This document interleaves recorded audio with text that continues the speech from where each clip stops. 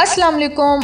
जी तो दोस्तों, आज हम 5 ऐसी ग़िज़ाएँ आपके साथ डिस्कस करेंगे, 5 ऐसे फूड्स को आपके साथ डिस्कस कर रहे होंगे जिनका खाली पेट इस्तेमाल करने से हमारा स्टमक बर्बाद हो जाता है। जो हमारे स्टमक की लाइनिंग होती है, जिसको हम मेम्ब्रेन बोलते हैं, उस लाइनिंग को ये बर्बाद कर देता है और उसके साथ साथ हमारे मैदे के अंदर इतनी ज़्यादा तेज़ाबियत पैदा कर देती हैं, सोजिश पैदा कर देती हैं, जलन को जो है पैदा कर देती हैं, जिससे हमारी सेहत डाउन होने लग जाती है। आइए तो जानते हैं कि वो 5 ऐसी कौन सी ग़िज़ाएँ हैं जो कि हमें खाली पेट बिल्कुल नहीं खानी चाहिए।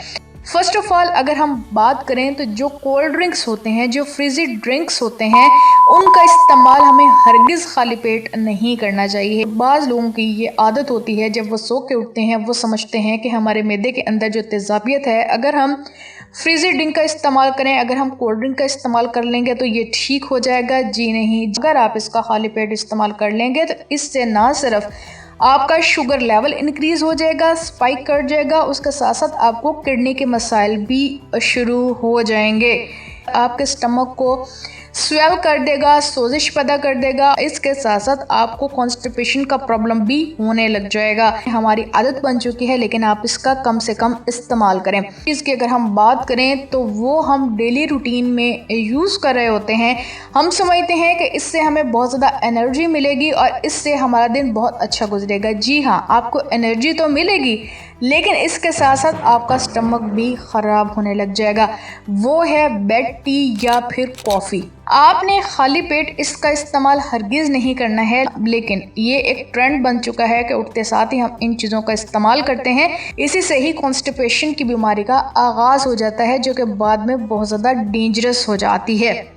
उसके साथ साथ बाज़ लोगों को ये आदत होती है कि वो उठते साथ ही क्या काम करते हैं कि अगर वो 1 या 2 बजे उठते हैं तो वो समझते हैं कि अभी लंच का टाइम है तो हम प्रोसेस्ड फूड खा लेते हैं, यानी कि पिज़्ज़ा, बर्गर, शवारमा या कोई भी ऐसी चीज़ जो उनके घर में उस टाइम पे आई होती है, वो उन चीज़ों का इस्तेमाल करना शुरू कर देते हैं, फ्राइड चीज़ों का इस्तेमाल करना शुरू कर देते हैं, जो कि बहुत ज़्यादा नुकसानदेह है।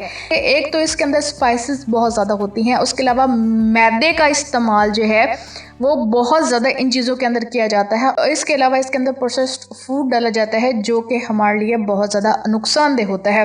कुछ जो मदर्स होती हैं, जब उनके बच्चे जो सो के उठते हैं, अगर रो रहे होते हैं, तो उनको चुप कराने के लिए वो एक काम करते हैं कि उनको फ्राइड आइटम्स दे देती हैं, जस्ट लाइक चिप्स हो गई, जस्ट लाइक फ्राइज़ हो गए, नगेट्स हो गए।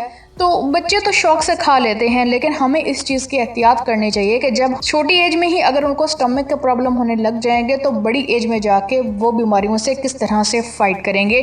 इसलिए माओं को ये चीज़ों को समझना चाहिए है और उनको फ्राइड आइटम्स तो हरगिज़ बच्चों को नहीं देने चाहिए हैं।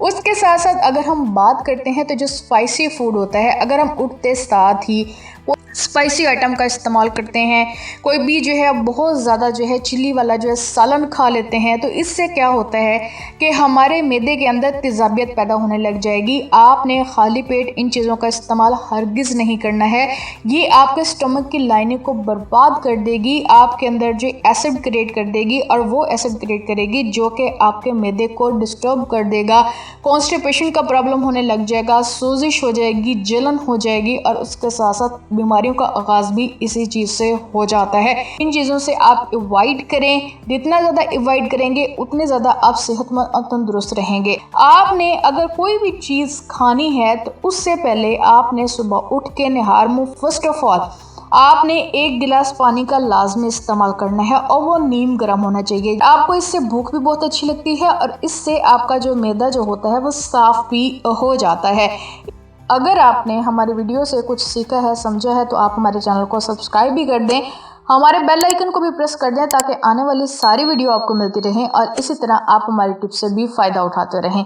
चलिए जी, हम आपको मिलते हैं अगली वीडियो में, तब तक रब रखा एंड अल्लाह हाफिज़।